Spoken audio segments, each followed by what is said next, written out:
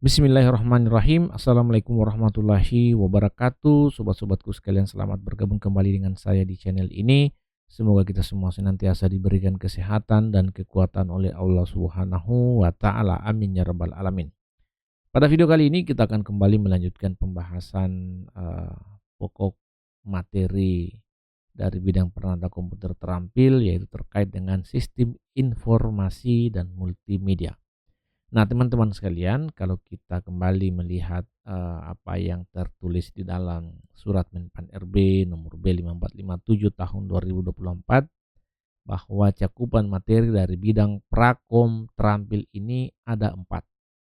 Yang pertama, manajemen layanan teknologi informasi, ini sudah saya bahas sebelumnya. Yang kedua, pengelolaan data. Yang ketiga, infrastruktur TI, sudah saya bahas juga. Dan yang terakhir itu adalah sistem informasi dan multimedia. Nah, ini akan kita bahas sekarang. Sebelum kita lanjut materi, tentu ada beberapa hal yang ingin saya sampaikan kepada teman-teman, yaitu terkait dengan suplemen materi. Ya, lagi-lagi kita harus paham dulu apa suplemen materi untuk topik ini, ya, untuk topik sistem informasi dan multimedia. Nah, sekurang-kurangnya teman-teman harus memahami apa itu sistem informasi, ya. Ya, jadi sistem informasi itu merupakan suatu sistem yang mengumpulkan, mengolah, menyimpan, dan menyebarkan informasi untuk mendukung pengambilan keputusan, koordinasi, dan kontrol dalam suatu organisasi. Nah, sistem ini mengintegrasikan komponen teknologi, orang, dan proses. Nah, itu yang harus teman-teman pahami, sistem informasi. Kemudian yang kedua, teman-teman juga harus tahu apa saja yang menjadi komponen utama dari sistem informasi ini. Saya kira ini sudah menjadi pengetahuan umum, ya, apalagi teman-teman mungkin yang baru fresh graduate, yang baru tamat dari perguruan tinggi, yang mengambil jurusan IT misalnya. Ya, kalau kita bicara tentang komponen dari sistem informasi, ya pasti akan berbicara tentang 5 aspek ini, ya. Perangkat keras, perangkat lunak, data, prosedur, dan pengguna. Jadi mana perangkat keras itu semua perangkat fisik yang digunakan dalam sistem informasi. Perangkat lunak merupakan program dan aplikasi yang digunakan untuk memproses data, termasuk sistem operasi dan aplikasi bisnis. Sedangkan data itu merupakan informasi yang dikumpulkan dan diproses yang dapat berupa angka, teks, gambar, atau video. Prosedur itu berbicara tentang langkah-langkah yang diambil untuk mengumpulkan, mengolah, dan menyebarkan informasi. Dan pengguna atau user itu merupakan orang-orang yang akan menggunakan sistem informasi untuk mendapatkan informasi yang diperlukan. Nah, kemudian fungsinya, sistem informasi itu berfungsi setidaknya pertama, kita bicara pada orang lingkup organisasi ini, ya, organisasi ataupun instansi pemerintahan. Jadi pertama, fungsi sistem informasi itu untuk mendukung pengambilan keputusan, ya, kemudian untuk meningkatkan efisiensi operasional, memfasilitasi komunikasi dan kolaborasi, menyediakan analisis data untuk perencanaan strategis. Jadi ini 4 fungsi utama dari sistem operasi, sistem informasi. Teman-teman harus pahami betul ini. Ya. Selanjutnya kita coba lihat lagi, kita coba lihat juga apa itu multimedia. Karena di sini ada dua aspek, ya, sistem informasi dan multimedia. Jadi kita harus pahami juga apa itu multimedia. Jadi multimedia itu merupakan kombinasi berbagai jenis media seperti teks, gambar, audio, video, dan animasi yang digunakan untuk menyampaikan informasi atau konten secara interaktif dan menarik. Apa komponennya? Ya, komponennya jelas ada teks, ada gambar, ada audio, ada video, ada animasi. Fungsinya ya untuk meningkatkan daya tarik dan interaktivitas konten, untuk memfasilitasi pembelajaran dan presentasi yang lebih efektif. Ketiga, menciptakan pengalaman pengguna yang lebih mendalam dan menarik. Saya kira itu saja yang harus teman-teman pahami. Selebihnya kalau misalnya mencakup hal-hal yang sifatnya teknis, saya pikir pengetahuan itu sudah teman-teman miliki, ya, apalagi teman-teman kan sudah kuliah 4 tahun misalnya. Saya yakin kalau yang teknis itu teman-teman sudah sangat paham dengan itu, ya. Apalagi dengan multimedia, sistem informasi. Jadi di sini saya hanya berikan gambaran umumnya saja untuk merecall kembali pengetahuan teman-teman yang mungkin sudah usang, ya. Mungkin sudah usang sedikit. Jadi itu teman-teman untuk suplemen materi. Saya kira cukup, ya, untuk suplemen materinya, tinggal teman-teman tambah-tambahi sedikit. Ya, seperti itu dari berbagai sumber yang ada. Terkait dengan sistem informasi dan multimedia, ini juga teman-teman harus tahu apa yang menjadi tuntutan ya bagi seseorang yang bekerja di bidang ini ya. Bagi seorang perantau komputer terampil terkait dengan sistem informasi dan multimedia. Nah, jadi pada aspek ini perantau komputer terampil diharapkan mampu melaksanakan penerapan dasar dari kegiatan pembangunan sistem, pengolahan data, area TI khusus sebuah organisasi. Apa saja cakupannya? Yang pertama, mampu melaksanakan analisis kebutuhan sistem informasi, perancangan sistem informasi, pengembangan sistem informasi, uji coba sistem informasi, pemeliharaan sistem informasi, instalasi, upgrade dan konfigurasi sistem operasi. Yang kedua, mampu menyusun petunjuk operasional sistem informasi, dokumentasi, pengembangan sistem informasi. Yang ketiga, mampu melaksanakan data crawling, data feeding atau data loading, manipulasi data, pengolahan data atribut dan spasial sederhana seperti mengubah bentuk atau isi atau informasi atau struktur dari atribut data spasial, pengolahan data atribut pada peta tematik rinci, mampu menyusun peta tematik yang menggambarkan suatu tema atau tujuan khusus, desain komunikasi visual, ya. Ini ditujukan sebagai sarana untuk membantu organisasi dalam memvisualisasikan sesuatu yang akan digunakan sebagai media komunikasi, memahami definisi sistem proyeksi pada suatu data spasial, memahami storyboard atau flowchart dengan tools tertentu supaya gagasan dapat tersampaikan secara jelas dan runtun dalam sebuah desain komunikasi visual. Kemudian terakhir, seorang perantau komputer terampil itu diharapkan mampu menyusun prototipe atau program multimedia kompleks yang mengkombinasikan program unsur objek-objek multimedia. Ya, kita bicara tentang objek-objek multimedia berarti ada teks, gambar, suara, video, dan animasi. Jadi ini teman-teman yang harus pahami. Jadi jangan sampai ada yang bertanya-tanya, saya ini daftar perantau komputer terampil, apa yang harus saya lakukan ya? Kemampuan apa yang harus saya miliki? Ini kemampuan ini teman-teman. Ya, semua aspek ini harus teman-teman mampu lakukan. Nah, sekarang kita coba uji kemampuan teman-teman dengan contoh soal ya. Ya, artinya ketika teman-teman mampu menjawab soal-soal ini berarti teman-teman sudah dianggap mampu untuk melakukan tugasnya sebagai seorang perantau komputer terampil. Ada 10 soal yang akan kita bahas pada video kali ini ya, semuanya terkait dengan sistem informasi dan multimedia. Seperti biasa sebelum kita lanjut, saya kembali ingin mengajak teman-teman, kakak-kakak, adik-adik yang mungkin sedang mempersiapkan diri untuk mengikuti SKB seleksi CPNS tahun 2024 ini, siapkan catatannya jika mau ikut terlibat untuk menjawab soal-soal yang ada di video ini. Dan apabila misalnya teman-teman punya jawaban lain yang berbeda dengan apa yang saya terangkan di sini, jangan ragu-ragu untuk dituliskan di kolom komentar. Insya Allah kita akan diskusikan di sana kalau ada waktu ya. Seperti itu. Kita mulai dengan soal nomor 1. Perhatikan, saya akan bacakan untuk teman-teman sekalian. Anda ditugaskan untuk membuat prototipe aplikasi multimedia untuk visualisasi data spasial tentang zona risiko banjir. Data yang tersedia berupa peta shape file dan video simulasi banjir. Apa pendekatan terbaik untuk mengintegrasikan data ini ke dalam prototipe? Opsinya A, mengonversi shape file ke format vektor interaktif dan mengintegrasikan video sebagai elemen multimedia. B, menambahkan shape file sebagai layar raster ke dalam aplikasi multimedia.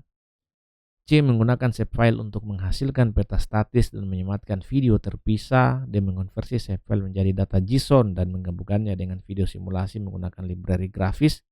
Dan E, menggunakan shape file untuk menghasilkan peta berbasis WebGIS yang menyematkan video simulasi.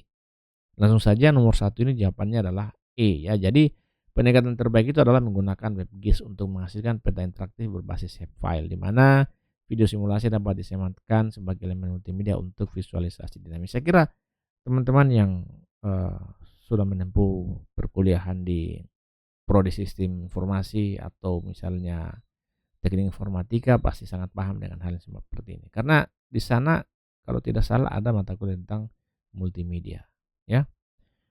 Oke, kita lanjut soal nomor 2. Perhatikan baik-baik. Salah satu langkah awal dalam analisis kebutuhan sistem informasi adalah menentukan kebutuhan pengguna. Apa yang dimaksud dengan kebutuhan fungsional dalam analisis ini?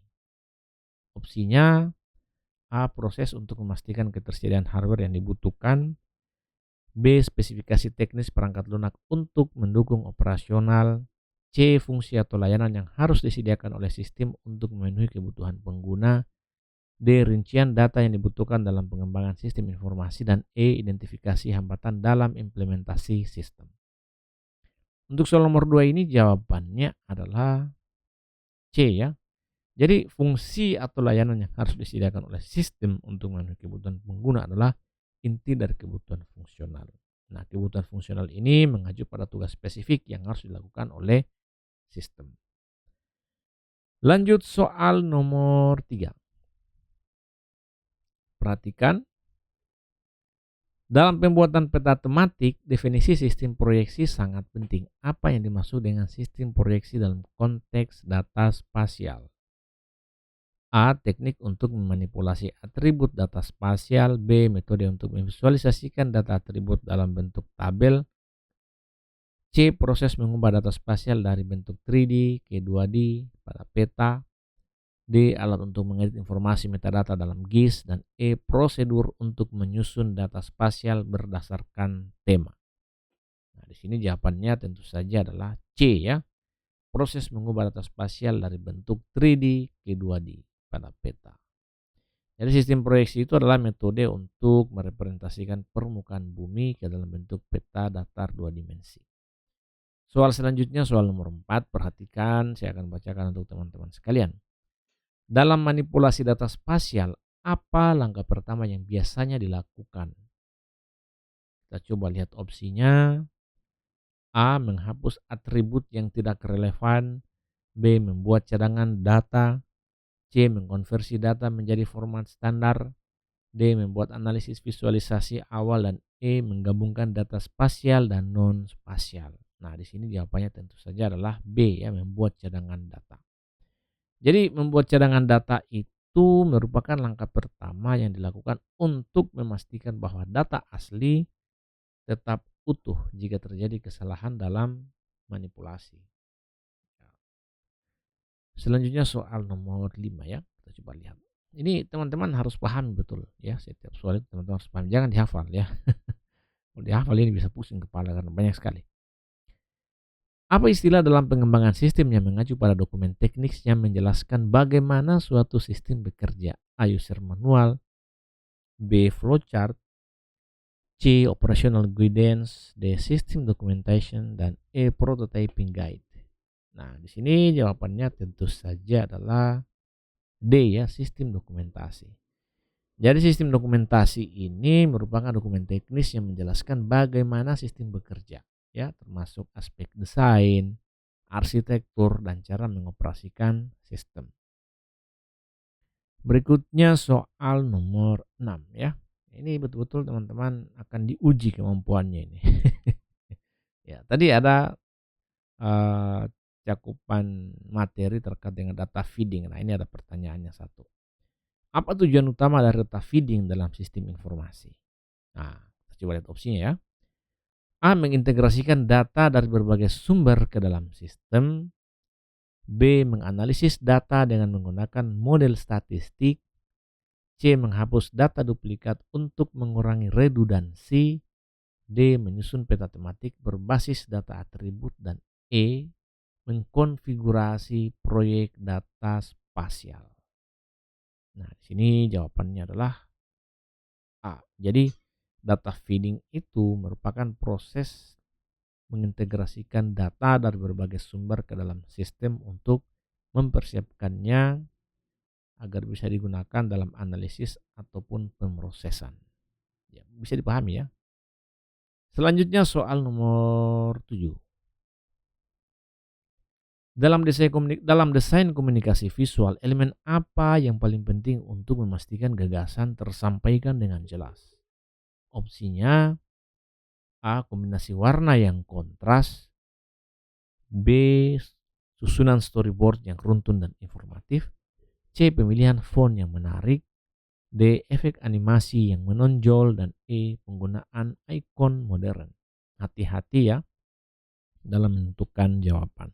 Karena kalau salah nilainya 0. Oke, soal nomor 7 ini jawabannya adalah B ya, susunan storyboard yang runtun dan informatif. Jadi storyboard yang runtun dan informatif itu merupakan elemen kunci dalam desain komunikasi visual ya, karena hal itu dapat membantu menyampaikan gagasan secara jelas dan terperinci. Ini agak terhapus sedikit. Oke, nomor 8 kita lihat. Apa perbedaan utama antara data crawling dan data scraping? opsinya, A. Data crawling mencakup lebih banyak domain, sedangkan data scraping hanya berfokus pada satu domain.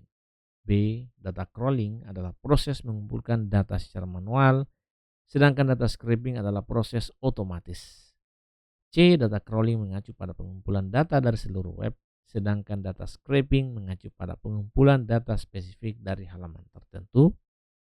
Kemudian D. Data crawling hanya digunakan untuk teks, sedangkan data scraping mencakup semua tipe data. Dan E. Data crawling adalah bagian dari data scraping. Jawaban dari soal nomor 8 ini adalah C ya.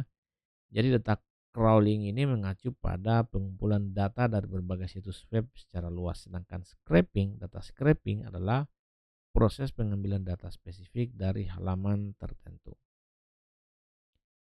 Selanjutnya soal nomor 9, perhatikan. Dalam struktur data, hash table sering digunakan karena efisiensinya. Apa fungsi utama dari hash table? A. Mengurutkan data secara ascending. B. Menyimpan dan mengambil data berdasarkan indeks numerik. C. Menyimpan pasangan key value untuk pengambilan data cepat. D. Menyimpan data dengan struktur hierarki ya, menyimpan data dengan struktur hierarki. Dan E. Membantu data menjadi beberapa klaster untuk membagi data menjadi beberapa klaster untuk analisis. Nah, di sini jawabannya adalah C ya, menyimpan pasangan key value untuk pengambilan data cepat. Jadi hash table itu merupakan struktur data yang menyimpan pasangan key value sehingga data itu dapat diakses dengan cepat menggunakan key sebagai indeks. Berikutnya soal terakhir, soal nomor 10. Dalam proses data crawling, protokol yang umum digunakan untuk mengakses data dari sebuah website secara terstruktur adalah titik-titik. Opsinya A. HTTP dengan metode GET, B. FTP untuk mengunduh file, C. DNS untuk menghubungkan domain, D. SSL untuk keamanan, dan E. SMTP untuk pengiriman data. Nah, kira-kira mana yang benar dari pertanyaan nomor 10? Nah, di sini jawabannya tentu saja adalah A ya. Jadi data crawling itu biasanya menggunakan protokol HTTP dengan metode GET. Nah, jadi untuk mengambil konten dari halaman web, maka metode HTTP dan GET ini akan digunakan dalam melakukan data crawling. Ya. Oke, di sini sedikit penjelasan tentang data crawling, teman-teman bisa lihat kaitannya dengan opsi-opsi yang ada di soal. Ya, kenapa HTTP dengan metode GET itu menjadi jawaban yang benar, karena memang kita bicara tentang metode GET, maka itu memang memungkinkan untuk mengambil data tanpa melakukan perubahan pada server. FTP itu biasanya digunakan untuk mengunduh atau mengunggah file secara langsung. DNS domain and server, domain and system, tidak ada hubungan dengan crawling data. SSL ya atau TLS tidak ada hubungan juga dengan crawling data. Begitu pula dengan SMTP, Simple Mail Transfer Protocol, karena ini digunakan untuk mengirim email, bukan untuk mengakses data dari website. Ya, jadi soal nomor 10 ini sudah tepat, jawabannya adalah A. Sekira itu saja yang bisa saya jelaskan pada video kali ini. Mudah-mudahan bermanfaat bagi teman-teman sekalian yang saat ini sedang mempersiapkan diri untuk mengikuti tes SKB dalam seleksi CPNS tahun 2024 ini. Oke, pada akhirnya keberhasilan itu bukanlah hasil dari keberuntungan semata, tetapi merupakan buah dari kerja keras, ketekunan, dan kemampuan untuk belajar dari kegagalan. Jadi kalau teman-teman belum pernah gagal, ya maka teman-teman tidak akan pernah sukses dalam belajar. Tapi jangan ada yang gagal. Untuk tes CPNS jangan sampai gagal, harus lolos, yakin semuanya bisa lolos, terutama yang nonton ini video. Akhir kata saya ingin mengucapkan wabillahi taufiq wal hidayah. Wassalamualaikum warahmatullahi wabarakatuh. Salam dari saya dosen swasta dan arigatou.